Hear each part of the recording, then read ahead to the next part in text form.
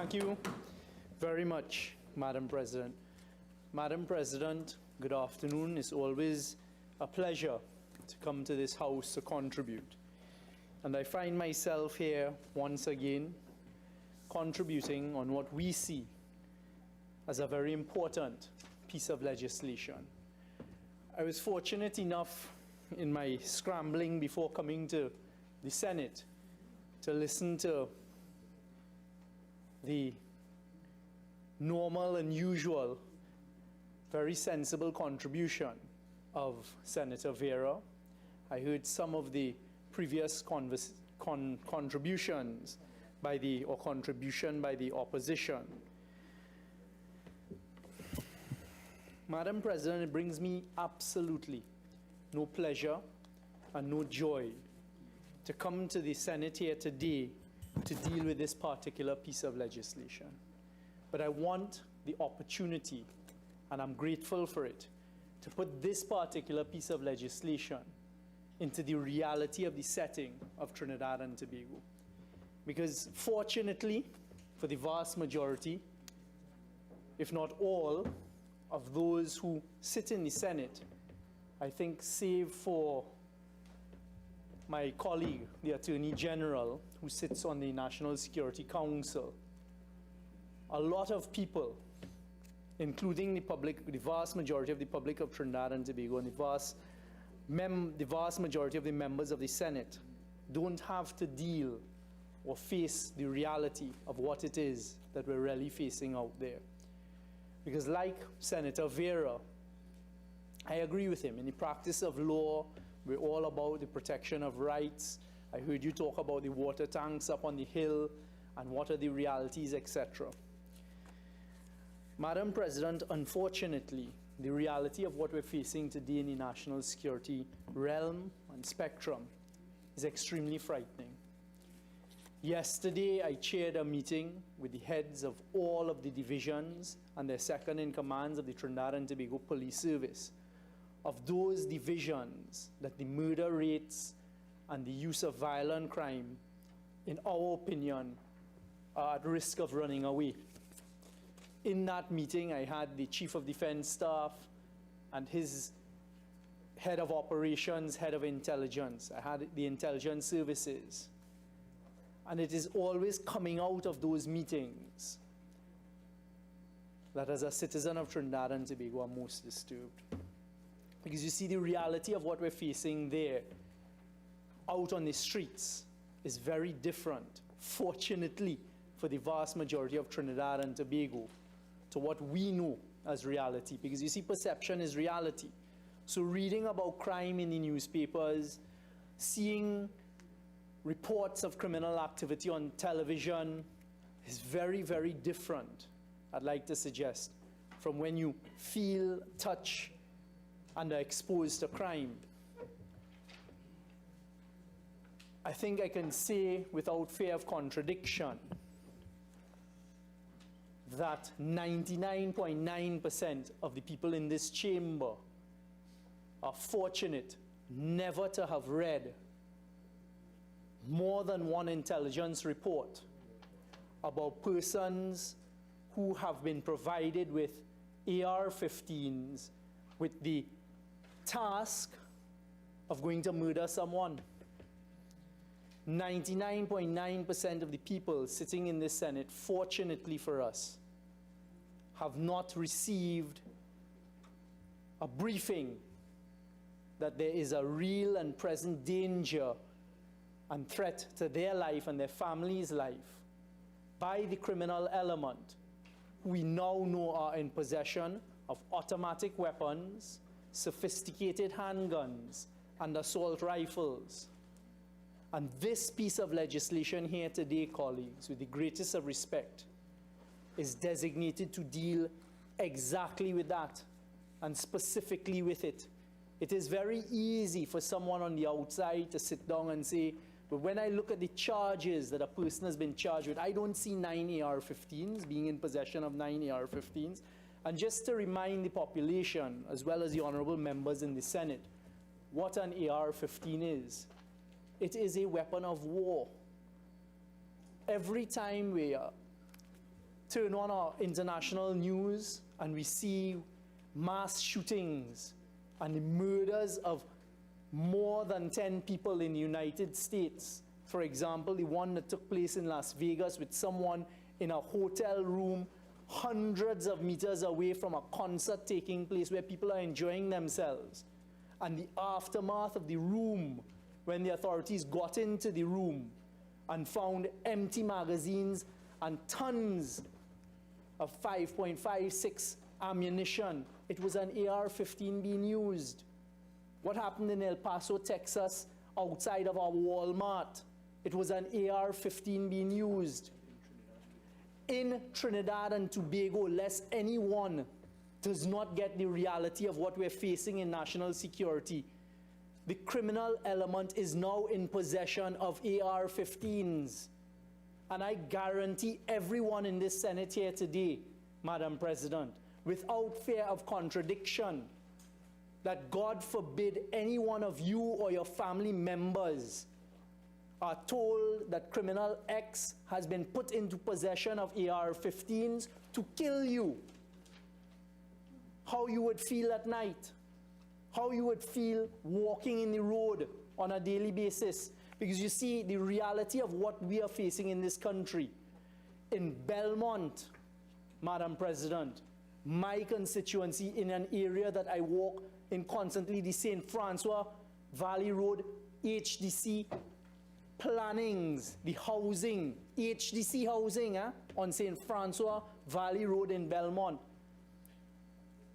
God intervened and we recovered 9 AR-15s. And to show you how sophisticated the criminal element is, they did not have them put together. Anyone who knows anything about firearms knows you can dismantle and put into pieces an AR-15 or any firearm whatsoever, a simple handgun. Those 9 AR-15s were soon followed by the recovery again. Fortunately, God intervened, of 8 AR-15s in 4 roads a few weeks later. And I tell you, the members of this Senate, with the greatest of respect, and the population of Trinidad and Tobago who are listening, with the greatest of respect, one of the things we've been doing in national security is trying to analyze and decipher where these AR-15s have come from, who is in possession of these AR-15s, and what for. Because you see, Madam President, it is easy to talk about being in mere possession of an illegal firearm. That is a nice academic concept, with the greatest of respect. Because I put it to this Senate and to everyone in Trinidad and Tobago, there is absolutely no legitimate reason whatsoever to be in possession of an illegal firearm. As I've said here before and in the other place, the only reason a person is in possession of a firearm is to kill somebody. A firearm is not a toy. A firearm is not... Senator Vera, you want me to give way? Please. I am totally in support of the amendment to make those firearms, bombs and stuff prohibited. Right. My only concern is that in respect of that possession charge, there should be a right to review by a court. I'm not shooting down the proposal. No pun intended. Thank you very much, Senator Bear. I wasn't responding directly to the point you had raised on possession, but I'm putting it on the record once again, lest anybody misses the point.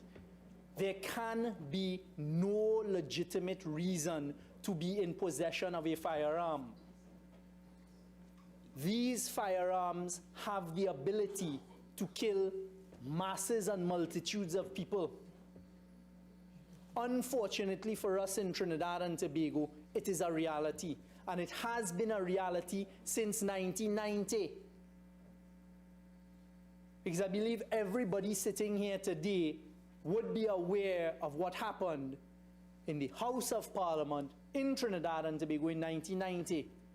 And that changed the landscape of Trinidad and Tobago. Every time I sit and meet with all of the international agencies, and I have to explain what it is we face in Trinidad and Tobago, and try to dissuade their mind that a certain religious part of our brothers and sisters in society in Trinidad and Tobago, our Muslim brothers and sisters in society in Trinidad and Tobago, are not terrorists.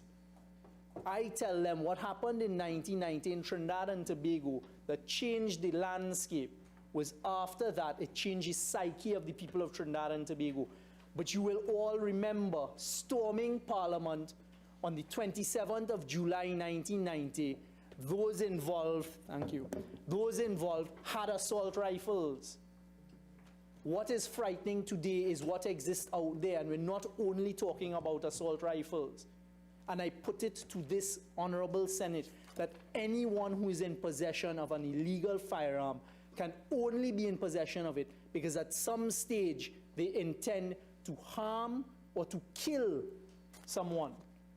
Because when you point an AR-15 at someone and you pull that trigger, the type of round that shoots out of it will kill you. A handgun, you have an opportunity to escape. And I'm putting it here in this house on record on the Hansard on the 12th of November 2019. A bulletproof vest is not going to stop the round of an assault rifle. Understand that. Understand the seriousness of this piece of legislation today. So a person found in possession of 9 AR-15s, and then us finding 8 AR-15s, and then last week, 2 individuals dressed in police uniform, in a vehicle with blue lights, in possession of the same Glock handgun I've been talking about, as well as an AR-15 with 2 magazines of rounds. That is not someone, with the greatest of respect, any civic-minded or right-minded or legal citizen of Trinidad and Tobago should want to see out on the road, out on the streets. I'm sorry to say it, but it is the reality. I heard reference to Jamaica. Let us not be fooled by what takes place in Jamaica. We are fighting hard in national security to make sure we don't get anywhere near to what our brothers and sisters are facing in Jamaica. Their murder rate is over 1,800 a year. They have legislation for the last 3 years that allow them to go to Parliament to declare an area a state of emergency. And when that was raised here, I opposed it. Because you know why? I knew it wouldn't work. A state of emergency does not work. It is an acceptance that there is nothing left behind you. And I stood with the men and women in our security services and apparatus and said, under my watch, that will not happen, because we have not exhausted every single opportunity and every single operation we can do legally within the parameters of the law to fight the scourge of what is going on out there. But this, and I also promised them at the time that I would work with the Attorney General to see what legislation we can bring to make their jobs easier. Because let me, with the greatest of respect, tell everyone in this Senate, as a police officer or member of the Defense Force or the intelligence services, when you go out there and you put your life literally at risk, and you find 9 AR-15s, 9 weapons of war, 9 machine guns, and then on the first occasion that comes up, and someone exercises a discretion to grant bail and put them out for $500,000, why should you go back out the next day and look for the same people and take the fight to the same criminals? Has anyone here ever faced the instance where you have been a victim of crime, been held up at gunpoint, someone has come to kill you in the worst case scenario, they are captured with an illegal firearm in their possession? So like where Senator Dookie is, standing here facing me, the police hold me, the perpetrator, going to do harm to Senator Dookie. And then I appear in court on the first day, Tell the magistrate I'm not guilty to the 9 firearms that PC Al-Rawi held me with. $500,000 is small change for a seasoned criminal. And they don't even have to come up with the $500,000. Huh? That is not how bail works. And the next day, I am out. And I come and I stand up next to Senator Dookie. I say, Dookie, how you going, man? That 9 was only half of the cashier, the 18 I have. I'll see you at your home. That is the reality of what Trinidad and Tobago faces. And the reality of what Trinidad and Tobago faces with the possession of illegal firearms. And if I have any interruption today, I'll talk about a different type of reality. I'll talk about the reality of who interfacing with the criminal element out there and what it is they're talking about. But with the possession of these illegal firearms that I've come to discuss today, let me put it. I'll see when last Raji speak to you. The possession of illegal firearms, the crime statistics that were discussed at length yesterday with the heads of the divisions of the police services in Trinidad and Tobago, as we take the fight to the criminals. And they are the ones who have asked the Attorney General and myself to look at this legislation, pleaded with us as they go about picking up the illegal firearms, what it is they're facing. Madam President, Trinidad and Tobago Police Service crime statistics dated the 11th of November. These are the statistics that we as citizens of Trinidad and Tobago face as of yesterday, given to me by the Commissioner of Police in our weekly meeting. And I start with the monthly comparative of firearms found and seized. As at yesterday, in Trinidad and Tobago for the year from the 1st of January to the 31st of October 2019, the police service have seized 841 illegal firearms. 841 illegal firearms. And in some months, when you look at the frightening numbers, and this is compared to last year, 702. And I heard some discourse about the borders. Absolutely correct. We are fighting to keep the borders more secure. Last week, I took the media out on a Coast Guard vessel for them to see for themselves, because lest they be misled at what it really means. 7 miles of coastline separating us from South America. Lest there anyone, just look outside here during your lunch break, members, I ask you, and see that wide expanse. And when you're outside there, the media could not even pick up the pirogues that were off in the horizon.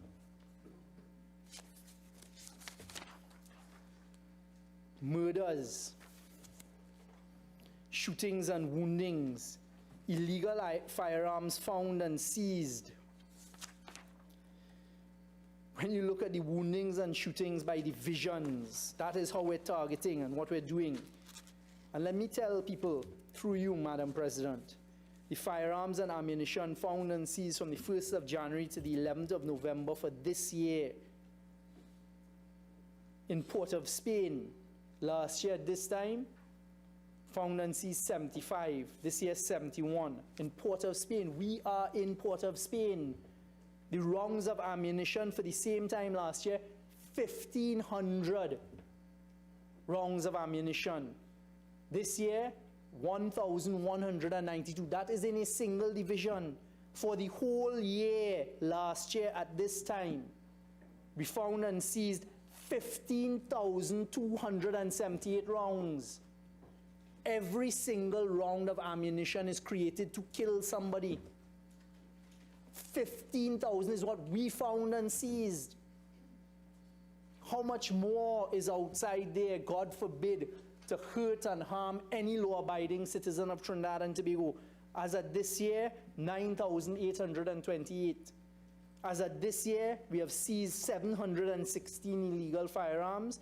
873 were seized at the same time last year.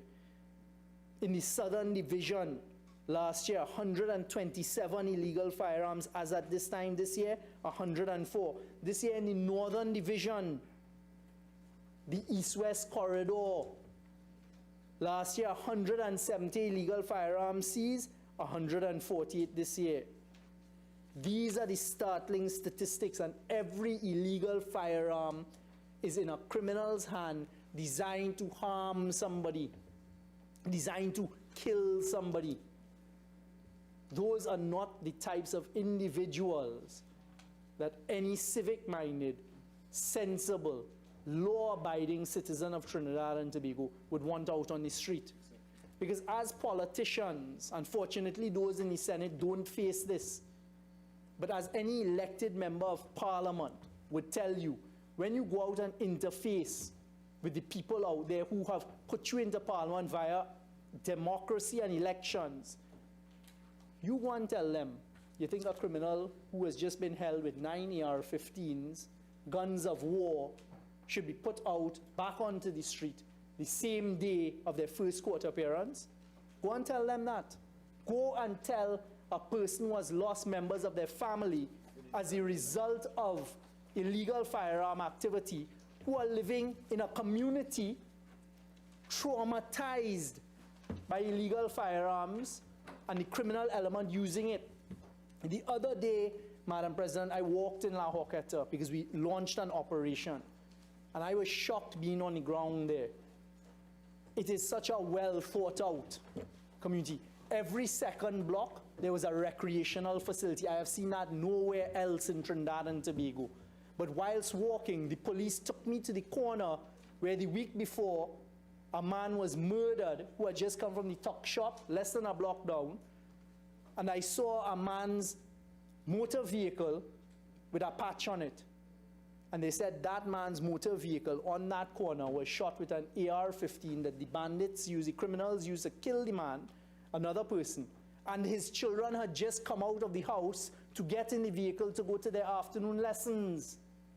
Go and tell that man and his family, who are law-abiding citizens of Trinidad and Tobago, that it is okay for the criminals we've held with the firearms, the illegal firearms, to come back on the street and stand up next to him, rather than going to prison. And we are now under, we meaning the state, under an obligation to get their trials started within 128 days and to have it proceed and be completed within the space of a year. It's nice to talk about who should be out on bail and these types of things. That is not the reality of what we face in Trinidad and Tobago. Murders by motive, not woundings, murders by motive. Unfortunately, as at the 11th of November, we've had 455 murders.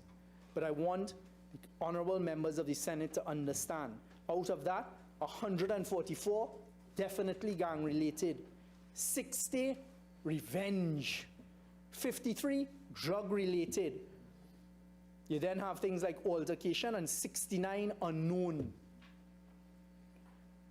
So 56.5 of the murders we have been able to say are related to gang activity by the use of firearms, right?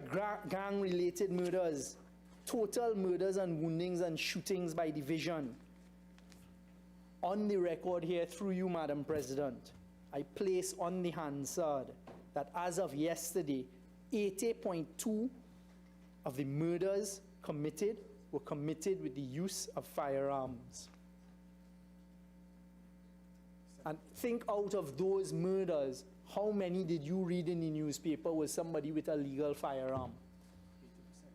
Right? 88.2% of the murders were committed using firearms. I would hazard to say, out of that 80.2, 80% of that 80.2 is through the use of illegal firearms. Shootings and woundings. In 2018, there were 482 woundings and shootings, as at the same time in November, while 625 were recorded in 2019. That is like a war zone.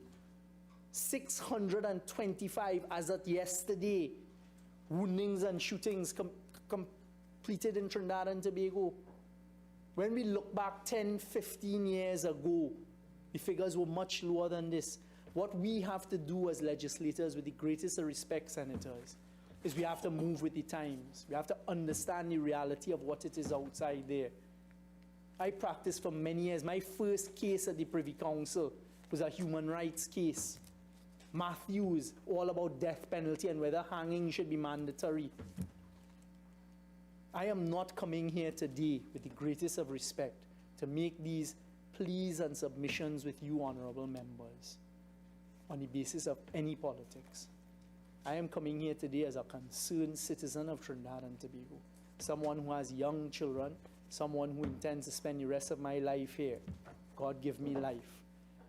But today we are being called upon, Madam President, through you, to keep persons who are in possession of tools of war designed to kill people off of the streets, and not to languish and be lost in prison. They can go to the court if they want their bail, they want to make an application for bail. But more importantly, give us the opportunity, because you can't build, as I have been telling the police service, unfortunately, you can't build that case and that evidence as quickly as we would like, because people are afraid. None of us here, nobody here is living in a community where every single night there are people walking up and down the streets with automatic firearms shooting people.